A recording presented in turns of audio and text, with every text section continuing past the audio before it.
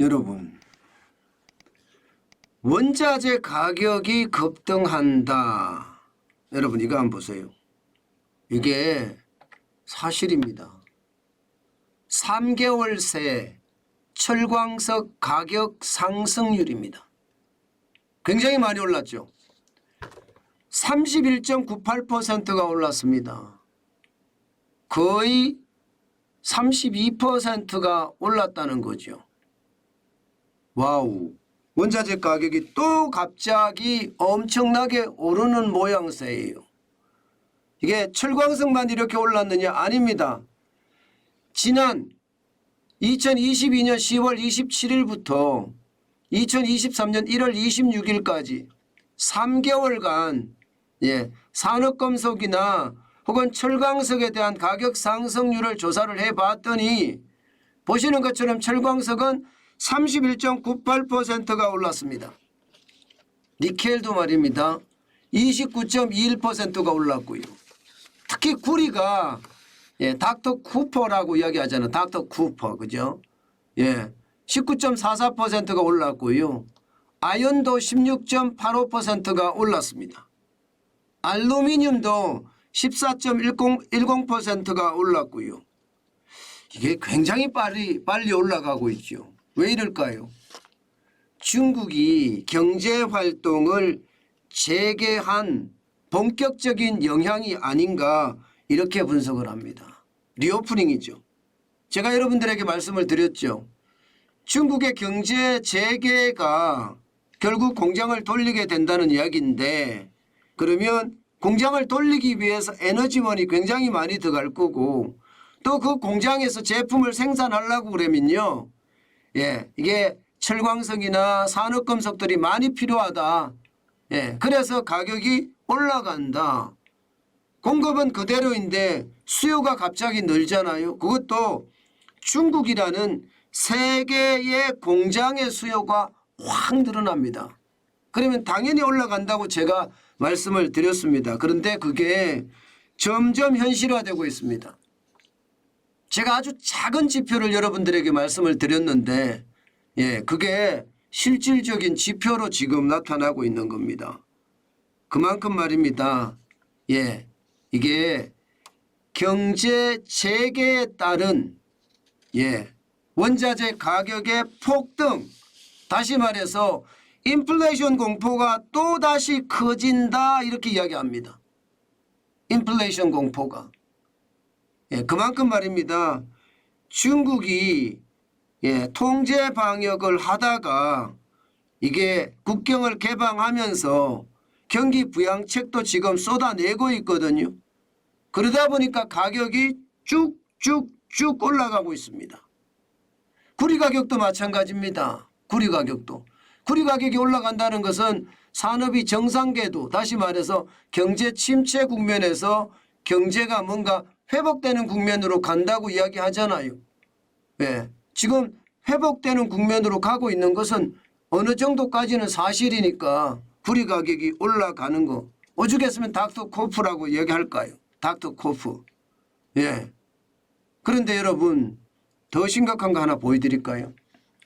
진짜 지금 시장의 분위기는요. 굉장히 많이 달라지는 분위기가 있습니다. 자, 산업금속의 재고량은 하고요. 증감률을 나타내는 지표거든요. 이 지표를 보면 아연이 여러분 보시다시피 재고량이 줄어들었습니다. 얼마나 줄어들었느냐? 61.34%나 줄어들었습니다. 굉장히 많이 줄어들었죠. 구리도 39.68%가 줄어들었고요. 알루미늄도 28.58%가 줄어들었습니다. 물론 이게 3개월 대비입니다. 3개월. 이게 마찬가지로 니켈도 4.77%가 줄어들었고요. 굉장히 빠른 속도로 줄어드는 거 맞지요? 이게 빠른 속도로 줄어든다는 것은 결국 말입니다. 이게 수요가 커진다는 이야기거든요. 공급은 그대로인데 수요가 커지면 어떻게 될까요? 결국은 인플레이션에 대한 공포, 물가 상승에 대한 공포 온다는 뜻이거든요. 예, 실제로 말입니다. 실제로 지금 보시는 것처럼 유가에 대한 전망도 지금 내놨는데요. 골드만삭스가 발표한 겁니다. 예, 이 내용을 보면 2023년 1분기, 2분기, 3분기, 4분기, 2024년 1분기, 2분기, 3분기, 4분기 나와 있죠. 그런데 WTI, 예, 서부 텍사스산 중진유가 지금 이대로 가면 2023년 4분기에는 95달러, 배럴당 95달러까지 올라가고요. 결국은 연말에 가면 99달러까지 올라가는데 99달러 올라가는 것이 2024년까지 계속된다는 이야기입니다. 계속된다는 이야기. 그만큼 말입니다. 물가에 대한 불안감이 저는 커질 수밖에 없다고 생각을 해요. 유가가 올라가면 당연히 아마 그렇게 될 겁니다. 지금 현재 WTI는요. 서부 텍사스산 중견유는 배럴당 79.68달러거든요. 79.68달러가 다시 99달러까지 올라간다고 하면 시장의 불안감이 커질 수밖에 없겠지요. 그만큼 말입니다. 인플레이션 공포는 당연히 올 수밖에 없지 않은가 이렇게 저는 분석합니다. 그러면 중국만 그럴까요? 그렇지 않습니다. 이게 기본적으로 산업금속이나 혹은 원유나 에너지원이나 이것이 올라가잖아요. 그러면 전 세계의 인플레이션 공포 충분히 될 수 있고요. 게다가 중국은요. 그 산업금속을 갖다가 가공해서 완제품으로 만들어서 수출할 거 아니에요. 그러면 이 와중에 산업금속을 가져다 가공하는 비용이 일단 올라가는 거고요. 여기에다가 완제품 비용까지 올라간 데다가 이것을 수출하기 때문에 전 세계의 물가 상승률은 당연하다 이렇게 생각할 수가 있고요. 특히 말입니다. 대한민국 같은 경우는 원자재의 대부분을 수입해야 됩니다. 에너지원도 수입해야 되지요. 광물 자원도 수입해야 되지요. 곡물 자원도 수입해야 됩니다. 그렇다면 또다시 수입 원자재 가격 상승이라는 그런 최악의 상황을 또 맞을 수도 있다는 이야기예요. 물론 과거처럼 원달러 환율이 폭등을 해서 시장의 분위기까지 완전히 1중구가 아니라 2중구, 3중구 가격을 이렇게 올리지는 않을지도 모릅니다. 그렇지만 환율에 대한 불안감도 여전한 데다가 중국의 리오프닝이 결국 말입니다. 물가에 자극을 주고 원자재 가격이 올라간다면 우리 시장에도 그 여파는 미칠 겁니다. 그만큼 시장에 대한 불안감 저는 커질 수 있다고 생각합니다. 물가라는 게 그렇습니다.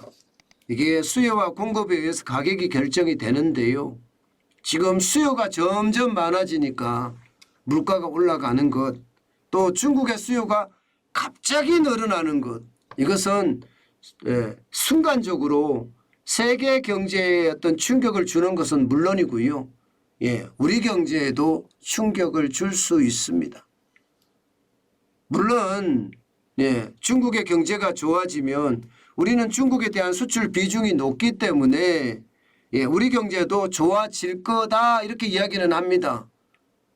그러나 중국의 기술력이 지금 우리를 일정 부분은 앞서고 있는 곳이 많거든요.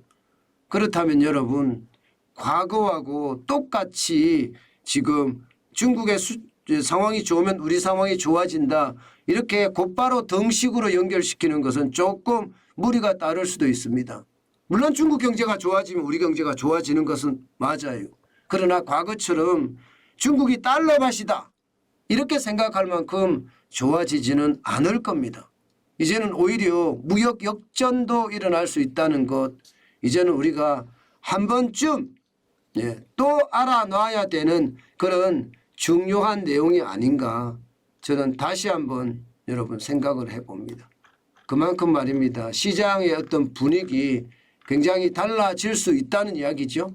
예, 우리가 지금 주식시장은 쭉쭉쭉쭉 올라가니까 이게 시장이 뭐 한껏 좋아진다는 분위기 많이 깔려 있지만 실물 경제의 불안감은 여전하다.